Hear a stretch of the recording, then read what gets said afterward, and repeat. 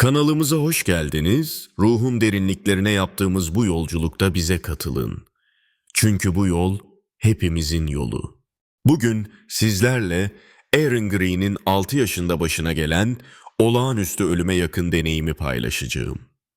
Aaron, bu deneyimde doğmadan önceki hayatına giderek dünyada bedenlenmesiyle ilgili planlama sürecini, fiziksel bedeni seçme aşamalarını ve ölümden sonra ruhların geçtiği farklı boyutları detaylı bir şekilde açıklıyor. Aaron, 6 yaşındayken arkadaşlarıyla oyun oynadığı sırada aniden sebepsiz yere nefessiz kaldı. Panikle nefes almaya çalıştı. Ancak ne kadar uğraşsa da ciğerlerine hava gitmiyordu. Evine dönmek için arkadaşlarının yanından uzaklaştı. Ancak birkaç adım sonra bilinci aniden bedenini terk etti. Yukarıdan kendisini seyrederken yere düştüğünü gördü.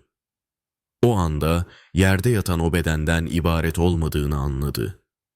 Nefes almak, ailesi veya arkadaşları tüm önemini kaybetti.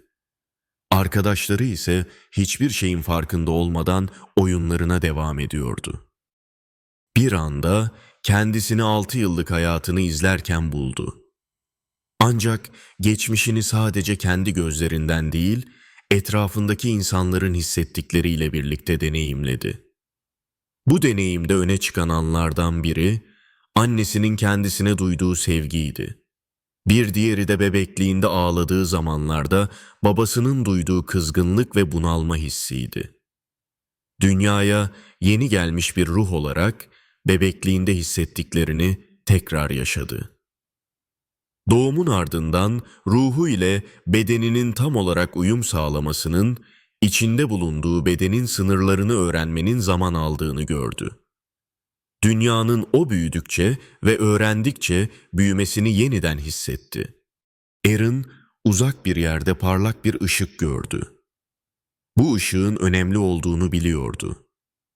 Ancak bir sebepten onu görmezden geldi ve arkadaşlarıyla bedeninin olduğu oyun alanında havada süzülmeye devam etti. Aklına sorular geldi ve önce "ben neyim?" diye sordu. Bir anda kendisini dışarıdan görmeye başladı. Yuvarlak bir ışık küresiydi. Solgun fakat görülebilir bir ışığı vardı ve insan formuyla hiç ilgisi yoktu. Yerde yatan bedenin kendisine ait olduğunu biliyordu. Ama başlangıç noktasının bu olmadığını da biliyordu ve "nereden başladım?" diye sordu. Bir anda kendisini bir anıyı izlerken buldu. Yüzlerce, hatta binlerce diğer ruhla birlikte adeta bir ruh denizindeydi. Kendisi burayı sanki güneşin içindeymişiz gibiydi. Her şey ışık doluydu ve parlaktı diye tarif ediyor. Bu yer henüz maddesel dünya ile bağlantısı olmamış ruhların bulunduğu bir boyuttu. Burada huzur ve mutluluk hakimdi. Ancak ruhlar henüz gelişmemiş ve olgunlaşmamıştı. Bir anlamda cahildiler. Tıpkı bebekler gibi. Fakat orada ilginç bir olay yaşandı. Kendisi bu anı şöyle anlatıyor. Bize periyodik olarak mutluluk veren ruhsal bir hediye veriliyordu. Bunu ödül de diyebilirim. Fakat bir gün herkese yetecek kadar hediye gelmedi. Bir ruh eksik kaldı. O an bilinçli bir seçim yaptım. Ben hediyemi almayacağım, diğerleri alsın. O anda bir güç tarafından yukarı kaldırıldım ve başka bir alana geçtim. Daha üst bir bilinç bana şunları söyledi. Bu yaptığın çok önemliydi. Başkalarının iyiliği için bir şeyden vazgeçmek büyük bir erdemdir. Aaron bu aşamada ilk kez bilinçli olarak Tanrı'nın varlığını hissetti. Ona artık daha büyük bir deneyime hazır olduğu söylendi. Bulundukları yerde zaten mutluydular. Ancak varoluşun muhteşemliğini idrak edebilmek için yaratıcının onlar için hazırladığı eğitimden geçmeleri gerekiyordu.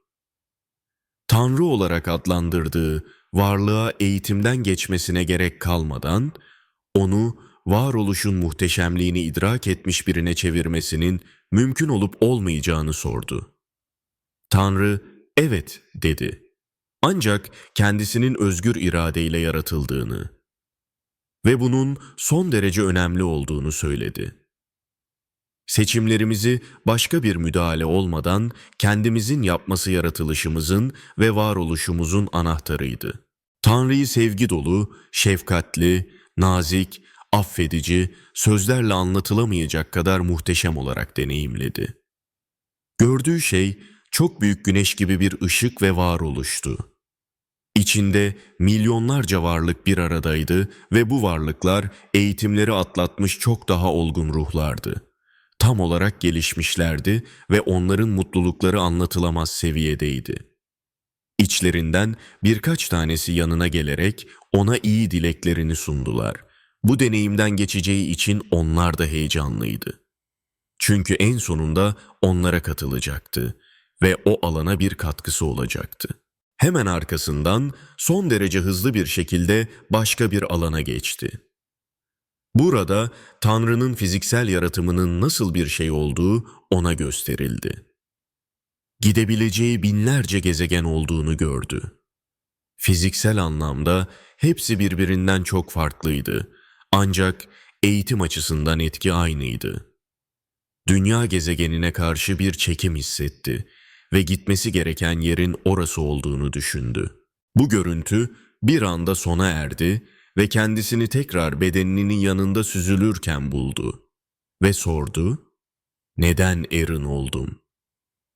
Bu defa ona bedenini, fiziksel özelliklerini ve ailesini seçtiği bir an gösterildi. Bu görüntüde rehberleriyle buluşarak dünyadaki hayatını, kim olacağını planlamaya başladı. Kendisine farklı seçenekler gösterildi. Öfkeli ve mutsuz bir insanın bedeninde doğma seçeneği sunuldu. Ancak Aaron bunu reddetti. Diğer yandan nedenini bilmese de başka bir ruhun o bedeni ve hayatı seçeceğini biliyordu. Çünkü bu eşleşmeler beden ve ruha özel eşsiz kombinasyonlardı. Rehberiyle birlikte bedenini, anne babasını seçtikten sonra yaşayacağı kaza ve hastalıklar, evliliği, çocukları, kimlerle tanışacağı ve ne tür ilişkiler kuracağı gibi en küçük detaylara kadar tüm hayatı planlandı. Bu arada çok zor veya kötü deneyimler diye adlandırabileceğimiz deneyimlere gönüllü olanları da gördü ve dünya bilinciyle bunu anlamak çok zor olsa da bulunduğu gerçeklikte bu deneyimlerin o ruhlara büyük katkısı olacağını da anladı. Bu görüntü bitince tekrar kendisini bedeninin yanında süzülürken buldu ve sordu. Ruhlar dünyayı terk ettiğinde onlara ne olur? Sorunun cevabı hemen geldi. Ruhların gittiği bazı yerleri gördü. Birbirinden nefret eden ve zarar vermeye eğilimli bir grup gördü. Karanlık bir yerdeydiler. El yerine pençeleri ve son derece çirkin bedenleri vardı. İçlerinden bir tanesi artık kavga etmemeye karar verdi ve melekler veya ışık varlıklar tarafından oradan çekilip alındı. Ne olduğunu sorduğunda ruh kavga etmeyi bıraktığı için artık o ortama ait olmadığı söylendi. Bu gibi ruhların ilerlemeye devam edebilmesi için yöntemler olduğunu ve hiçbirinin burada sonsuza kadar kalmayacağını söylediler. Yine karanlık bir yerde sıkışıp kalmış ruhlar gördü. Bunlar Tanrı'ya veya iyiliğe inanmayan ruhlardı. Daha gelişmiş ruhlar onları kurtarmak için oraya gidiyorlardı. Ancak yardım etmek, yardım almak ve birilerine güvenmek onlar için çok zor olduğundan oradan çıkmakta sorun yaşıyorlardı. Başka bir sahnede dünyadaki çirkin binalar ve çamurlu yollarla dolu bir yerleşim yerine benzeyen bir alan gördü. Karanlık bir yerdi ve ruhlar mutlu değillerdi, ancak perişan da değillerdi. Yine dünyaya benzeyen ve her şeyin çok daha güzel, aydınlık ve ruhların da mutlu olduğu bir yer gördü. Bir başka alemde ise ışık şehri diyebileceği bir yer vardı. İnsanlar, binalar ve her şey yeşilimsi bir ışıkla parlıyordu ve son derece mutluydular. Son olarak Tanrı ile birleşmiş ruhlar gördü. Onların halleri ve mutluluğunu sözlerle tanımlamak imkansızdı. Tanrı ile birlikte olan ruhlar hem birbirleriyle hem de Tanrı ile iç içe geçmiş gibiydiler ama aynı zamanda da özgür iradeleri ve bireysellikleriyle kendileri olarak var olmaya devam ediyorlardı. Ve tüm yaşanan deneyimler ortak deneyim haline gelmişti. Aaron ışık şehrine gitmeyi istedi ancak tam o sırada bir melek veya ışık varlık hızla gelerek sanki yanlış bir şey yapmış gibi bedenini terk etmemen gerekiyordu dedi. Bunu söylediği anda bedenine döndü, ayağa kalktı. Büyük ihtimalle her şey sadece 30 saniye sürmüştü. Ailesine anlatmaya çalıştı ancak 6 yaşında bir çocuk olarak başarılı olamadı ve ona inanmadılar. Uzun süre bunu düşündü ve sonunda rehberlerinden bir bilgi geldi. Yaşadıklarını hatırlamak gelişimine engel oluyordu. Çünkü bilmesi değil, bu dünyada özgür seçimler yaparak inancı geliştirmesi gerekiyordu. Kendisine bu anıları unutacağı ancak bir gün tekrar hatırlayacağı söylendi. Bundan sonra eşini seçmesi, evlenmesi, çocukları, geçirdiği sakatlıklar ve diğer şeyleri planlandığı gibi yaşadı. Ancak anıları unutturulduğu için bunları kendisinin seçtiğini hiç düşünmedi.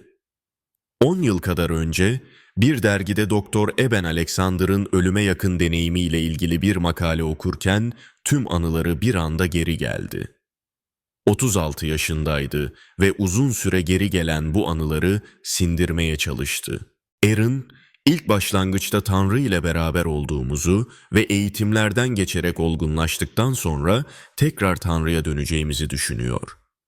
Eğitim ve deneyim için dünyaya gelmek zorunda olmadığımızı ama bunu yapmayı seçtiğimizi söylüyor.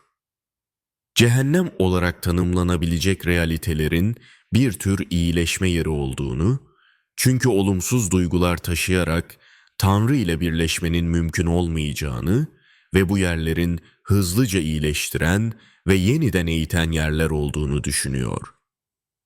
Başlangıçta mutlu olduğumuzu ancak geliştiğimizde ulaşacağımız mutluluğun çok daha yüksek olacağını, varoluşun ve Tanrı'nın bilinçli bir şekilde idrak edilmesinin bu mutluluğa ulaşmada çok önemli olduğunu söylüyor. Aaron Green'in yaşadığı bu deneyim, bizlere doğmadan önceki varoluşumuz ile ilgili önemli bir perspektif sunuyor. Gerçekten de bu evrende her ruhun bir yolu var.